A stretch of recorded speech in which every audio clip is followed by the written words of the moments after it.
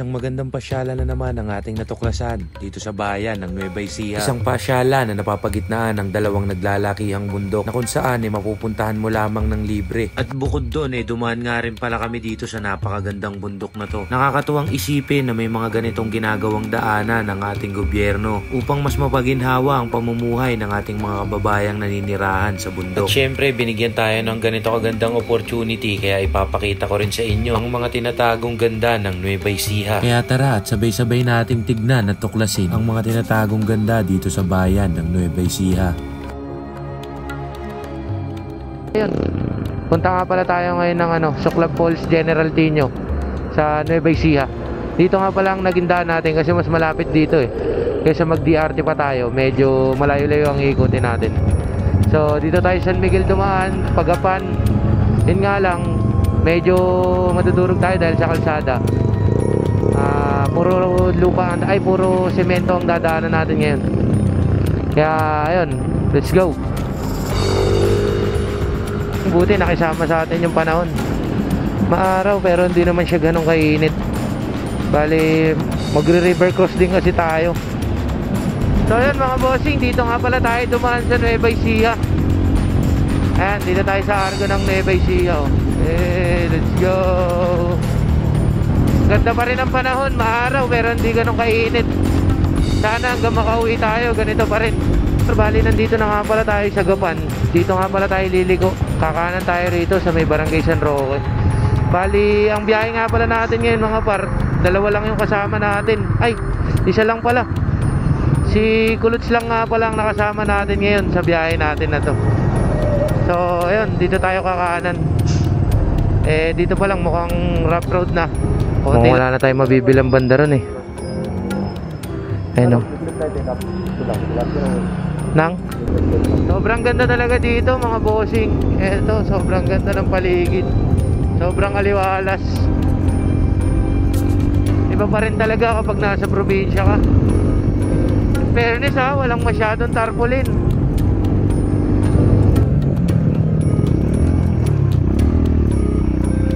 Ayan, bali itong kakananan nga pala natin na to, konting rough road lang to mga bossing. Itong barangay ng Makabaklay, konting rough road lang, tapos labas ulit tayo ng sementado rito. Dito nga pala sa lugar na to, dito sa may Santa Rosa, dito palang kitang kita nyo na yung kahabaan ng bundok ng Sierra Madre. Ayan, halos napapaligiran tayo mga bar. Bali, ito nga pala ang daan na binabaybay natin. Ito nga pala yung daan na papunta ng Minalongo National Park. Kung mapapansin nyo nga pala mga par, sementado na nga pala itong kalahating daanan. Naalala ko pa noon na dumaan nga pala kami dito dati. Naka PCX pa ako at talagang rough road talagang dadaanan. Nakakatuwa lang yung progress kasi sinisimento na nila at hindi na mahihirapan yung mga kababayan natin na naninirahan dito. Pagamat kalakalahati pa lang pero makikita naman natin na tuloy-tuloy. Grabe, solid yung ganda ng daanan dito mga par. At dito makikita nyo na talagang simentado na nga ng buo. Solid yung view. Bali malapit na nga pala tayo sa Minulungaw. Dito nga pala natuwa lang ulit ako kaya umakyat ako dito sa bundok na to. Ito nga rin pala yung bundok na inakyat namin noong nakaraang bumiyahe kami. Ang sarap lang kasi sa feeling na umaakyat ako sa mga ganitong klaseng lugar. At pag nasa tuktukan na nito, talagang napakaganda at sulit. Ganito kasi talaga yung mga bagay at tanawin na gustong kong nakikita pagka nagtitrail kami. Ganda talaga dito mga boss. Grabe.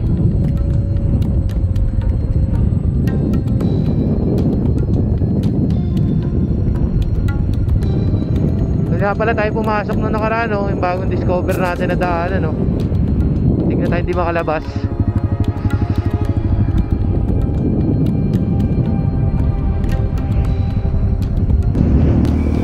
Dito pa lang nga pala sa dinaanan namin na to, talagang maganda na yung mga baliguan. Talagang pwede na rin naman maligo mga par. At ang isa pa nga pala sa pumukaw ng mata ko rito, itong tulay na to na nandito sa gawing kanan natin. Pinagtataka ko lang talaga bakit hindi pa ito tinuloy. Any thoughts nga rito mga bossing, bakit ba hindi tinuloy itong tulay na to at may mga kabahayan pa rito? So ito nga yun mga par. Kumanan nga pala tayo dito sa may Barangay Rio Chico.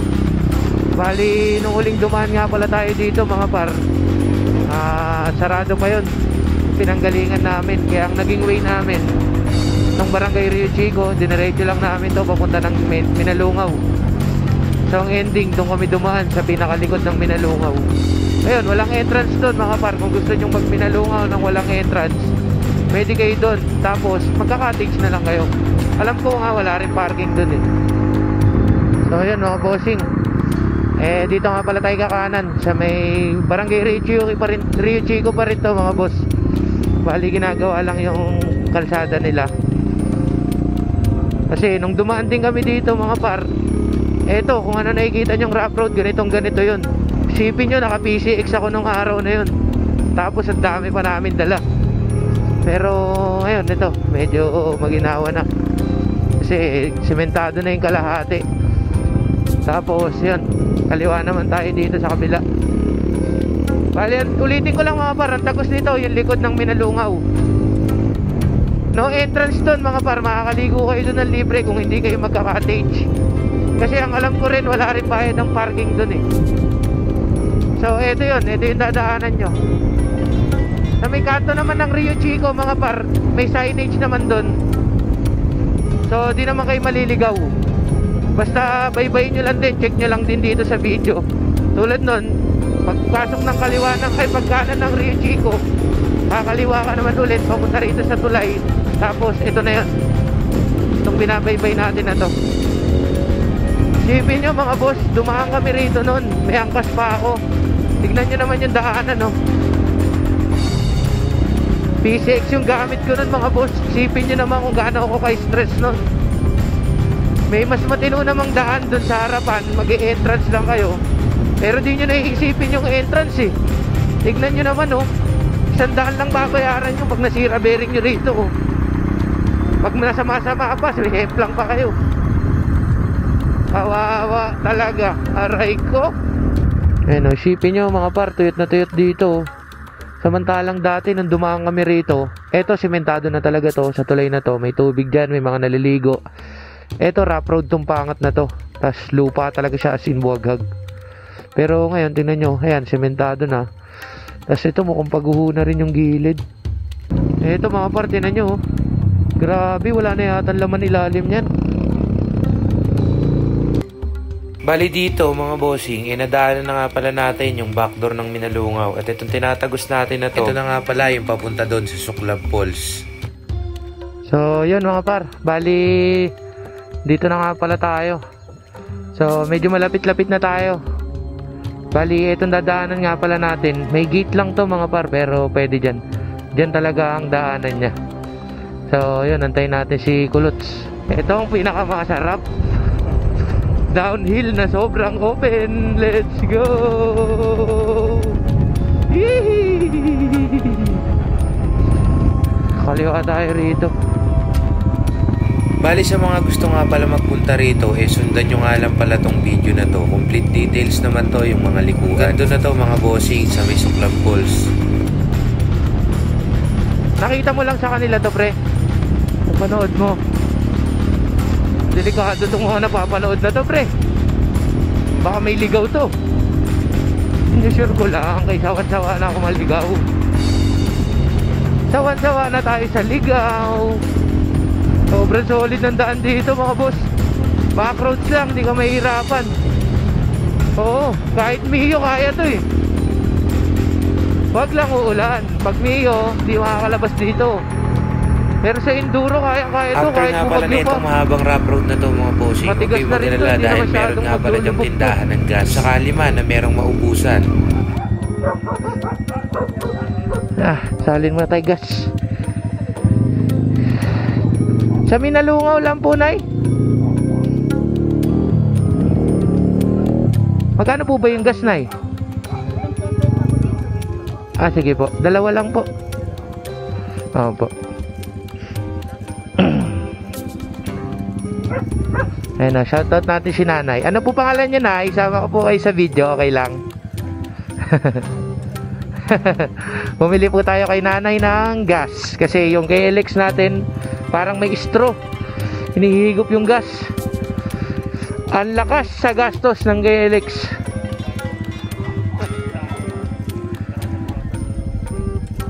Yung kay Kulots, full bar pa. Yung sa atin, patukod na. Alright. Dahil nauuwi yung kay Alex natin, bumili tayo 1 litro ng MP. Buti pa dito kala nanay, 70 lang 1 litrong MP.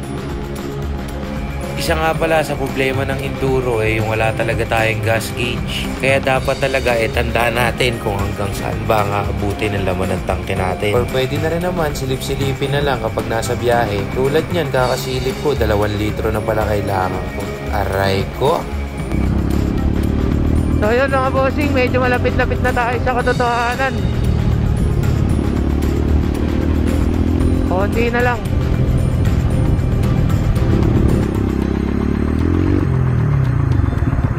So ito na mga par.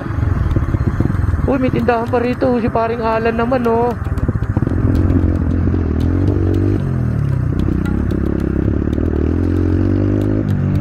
So yun mga par, ang ating first river cross. Aray ko.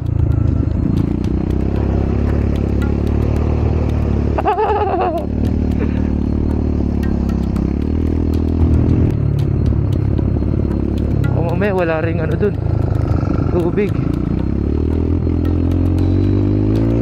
Nung una nagdadalawang isip nga kami kasi parang tuyong-tuyo talaga yung mga ilog na dinaanan namin. Grabe mga boss, tignan nyo. Tuyot yung ilog.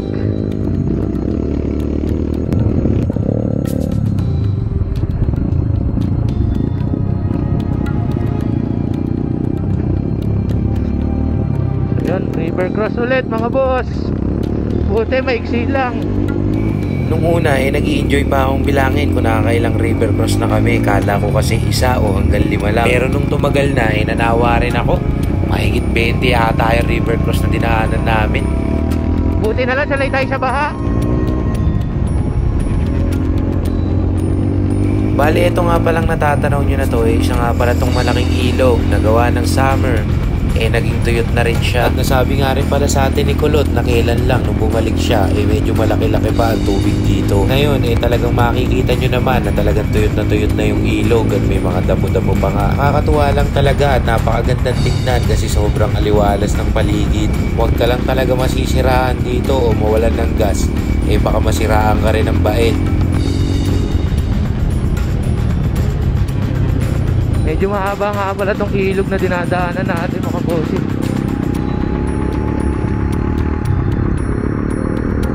Kailangan natin bumakbak.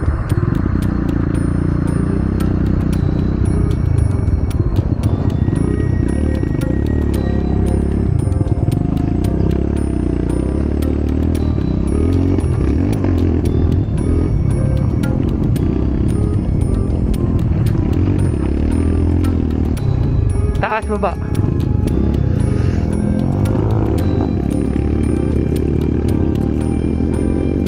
Grabe talaga tong ilog na to. Sobrang haba na at sobrang laki pa. Kumain nga rin pala kami ng ilang minuto rito bago namin natagos at bago kami kumaliwa. Papunta ron mismo sa loob ng Suklab Falls. Tangina ako kakabahan pag ganito. Ang bilis maubos ang gas ko. Tips ko nga lang din pala sa inyo mga bossing Isa nga pala tong magandang training grounds para sa mga mag-i-enduro dahil talagang mahasa yung balance mo rito. Yung friction kasi ng gulong at ng bato mga boss talagang hindi sila magkasundo. Kaya talagang masusubok yung pagkatao mo dito lalo kung buhaghag na buhaghag yung mga bato. Kaya kaming dalawa ni Kulots mas minabuti naming sundan talaga yung mga daanan na nadaanan ng mga sasakyan. Kasi kung hindi, tsak nagbibilang na kami ngayon kung nakailang save lang kami habang ini-edit namin tong video na to.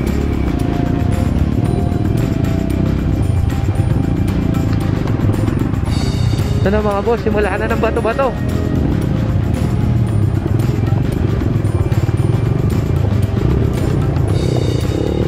Ayoko mabasa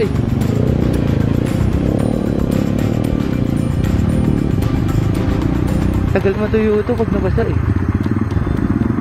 Para nga pala sa mga magagaling na mag-enduro dyan, pasensya na kayo mga boss kung nauumay kayo sa panonood ng video namin. Kasi kung para sa inyo madali, sa amin, medyo nahihirapan na rin kami sa mga ganitong daan. Unang-una bago pa lang kami sa larangan na ganito at yung mga ganitong daanan, halos ngayon pa lang talaga namin nasusubukan. Pero kung ayain nyo man kami sa mga mahihirap na daan, sasama't sasama kami dahil kailangan namin yun para mas matuto pa.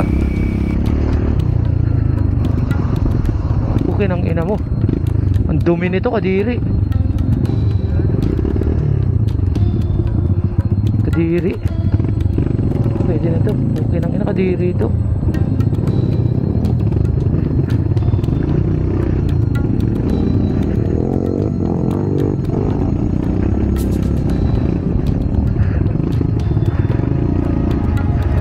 At dito sa part na to mga bossing, mapapansin nyo na naman kung gaano na naman kagrabe yung hingal ko. Nakakatuwa lang dahil nag-i-enjoy ka na, nagre-relax ka, at the same time nagagawa mo pang mag-exercise.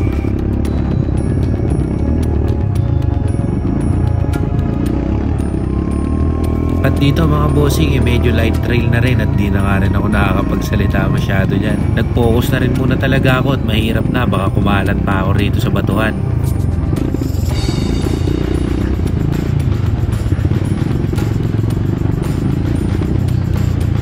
Ano ba hinahanap mo nun dito?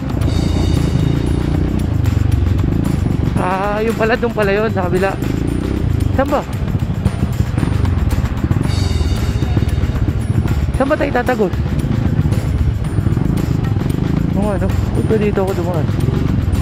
Gago ko. Kaso mababasa na ako.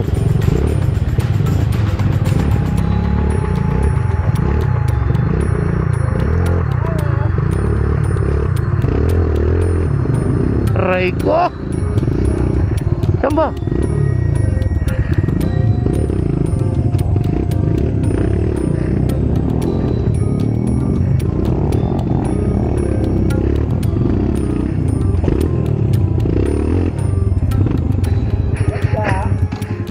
Aray. Matay pa. Wait lang. Dadaganan ko yung iPhone eh. Boss, may camera ko.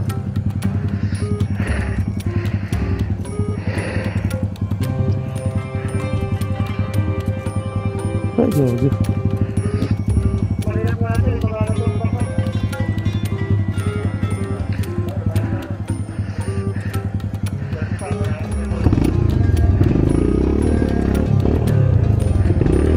Ang sarap talaga sa feeling ng first time mga bossing. Grabe yung hingal ko.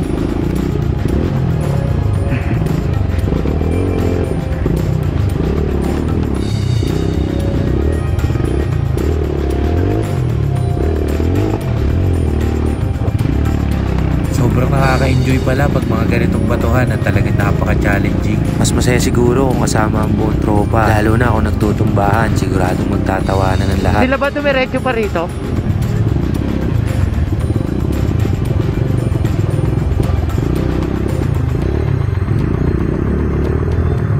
Mali lang ata yung nadadaanan ko eh, no?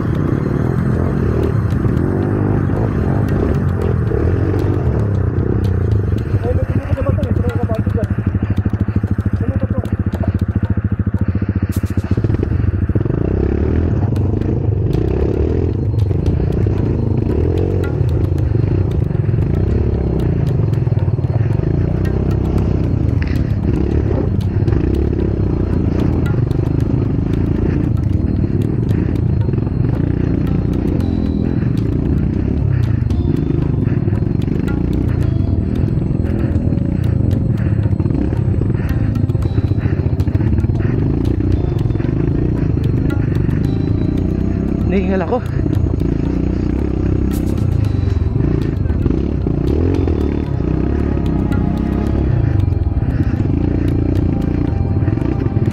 Yun na, mali yung dinaanan ko eh. Dito tumuli pa sila rito, pre.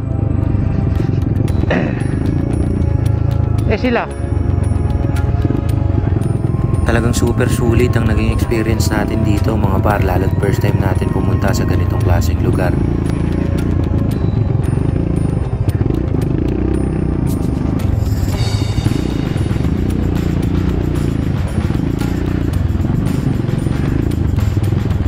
Ito, patayin ko na to.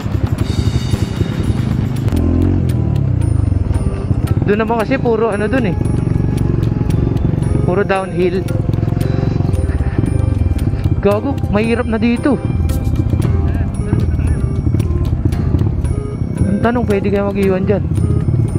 Hindi ba wawalang yain to dyan? Halatang may mga bumaling din dito.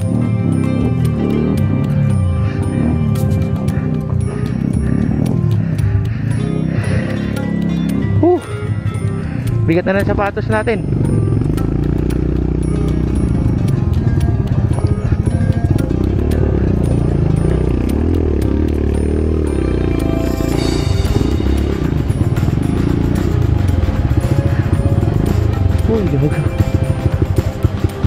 Dito mas nahirapan nga pala ako dahil naparami yung mga maling daan na napili natin. Dala na nga rin siguro to ng halo-halong excitement at ang adrenaline na nararamdaman natin.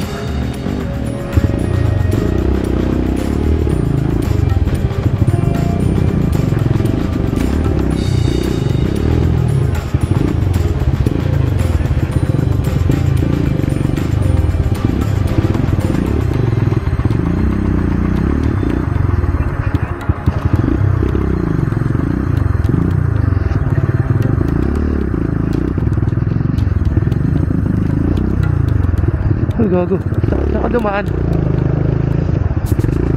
Eto sa likod. Saan tayo mag-ano iwan?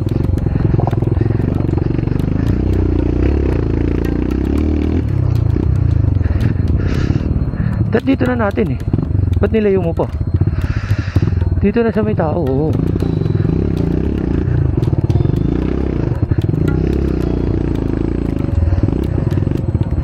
Saan? Doon na natin nilagay sa kanila. Doon na natin nilagay. Saan dyan? Bagay. Aray ko.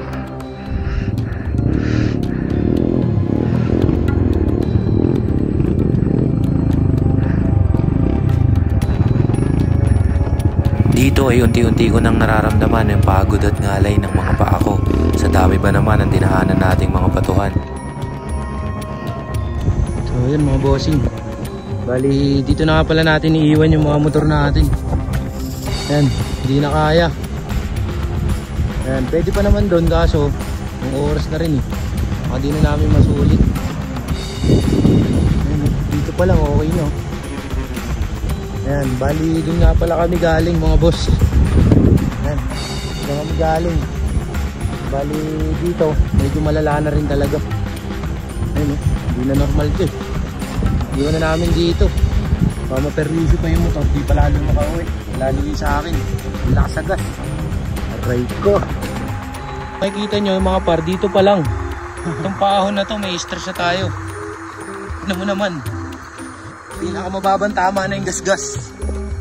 So yan, ito sana yung dadaanan pa kung tinuloy pa namin. Kaso anong oras na, wala kaming dalang tools. Kahit kadena lang ang maputol sa amin, mahirapan na kami.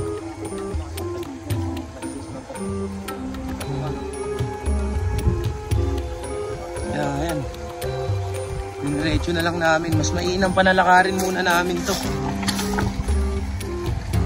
Dahil pag tumama yung kadena namin dyan sa mga bato na yan, siguradong putol. At pag naputol mga par, yan o. Pag naputol yun, mahirapan na tayo dahil wala tayong gamit. Kahit lock ng kadena, di tayo ready. Ayon nga pala sa kasama nating si Kulods, may mangilan-ngilan na matatag at tumagos dito ng nakamotor pa. So dito, tingin ko dead end na talaga. Kasi wala nang madadaanan ng motor. Naisip ko nga rin na baka dito na sila huminto kasi itong malalim na ilog na lang ang daanan at yung dalawang malaking bato na nandun.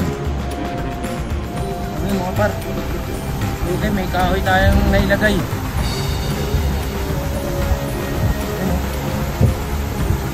Dito pa lang okay na eh. Tumulong sa amin na naglagay ng kahoy. Shoutout kay kuya, salamat po. Malaking ginawa po ito. Ayun, dito pa lang okay na eh. Bigat ka na. Bigat, helmet. Dito tayo mga ba? Yun na, anti-idol. Pinasok na, hindi dapat pasukin. Grabe, hirap ng daan. Ayun o. Sulit naman, sulit. Alright mga par, so nakahon na kami dito. Ito yung pangalawa. Grabe init mga par. Let's go boys! Ito na mga par at silipin na natin ang tinatagong ganda ng Suklab Falls. Ito nga palang Suklab Falls ay isa sa magagandang pasyalan dito sa Nueva Ecija. At ito rin ay sinasakop ng General Tino. Nakakatuwa lang isipin na marami tayong mga lugar na mapapasyalan dito sa lugar natin. At isa pa ay libre lang nga din ito. Kaya dapat mas pag-ingatan at mas pagyamanin pa natin ang mga ganitong yaman ng Pilipinas. Dahil napakaswerte natin dahil hindi gaya sa ibang bansa o sa ibang lugar pa man, may kinakailangan pa nilang magbayad upang makakita ng mga ganito ang gandang lugar. Gusto ko nga palang magpasalamat sa mga taong nanonood at sa mga taong sumusuporta sa atin, lalo na sa misis ko na walang sawa ang pagsuporta. Salamat nga pala sa inyo at pangakong mas gagalingan ko pa. At dito nga pala, syempre, mas in-enjoy muna namin ang tubig dahil maya-maya ay may papanigin pa kaming isang bundok at siguradong doon ay mababasa na naman kami ng pawis.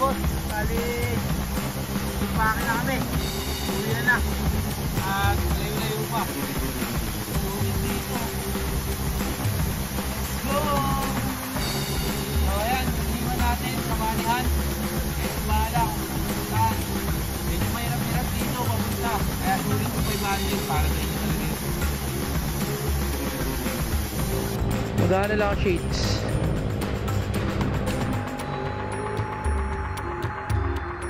Ha?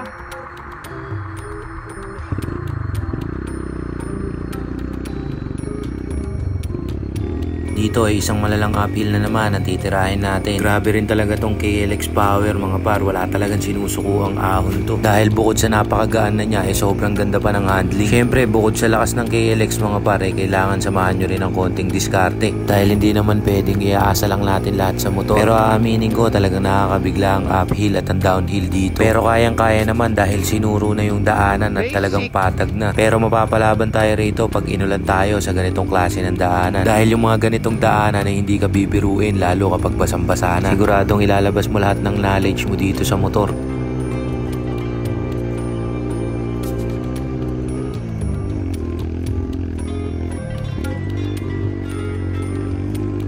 Okay, basic lang yan par.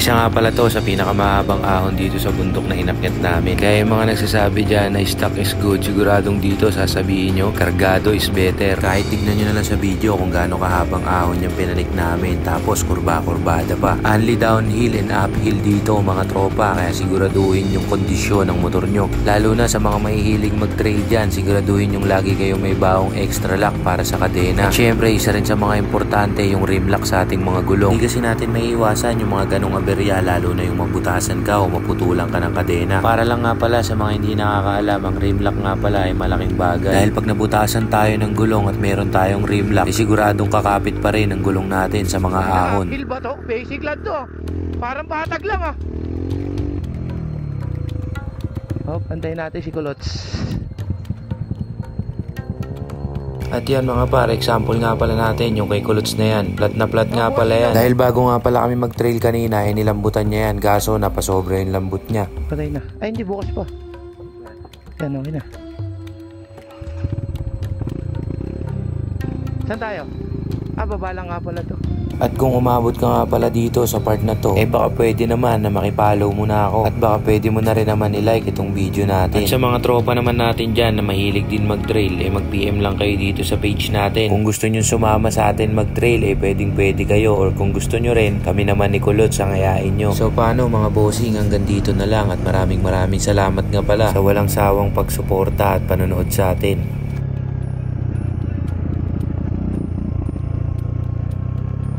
Grabe yung view dito mga boss. Hindi nakakasawang balikan to. Tignan nyo naman, parang mga nakikita nyo lang yan sa video okay pag kumakanta kayo eh.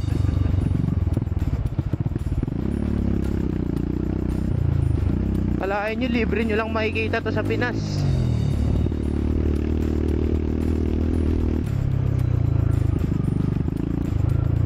Eh no, pag nagkamali ka, tapos ka talaga.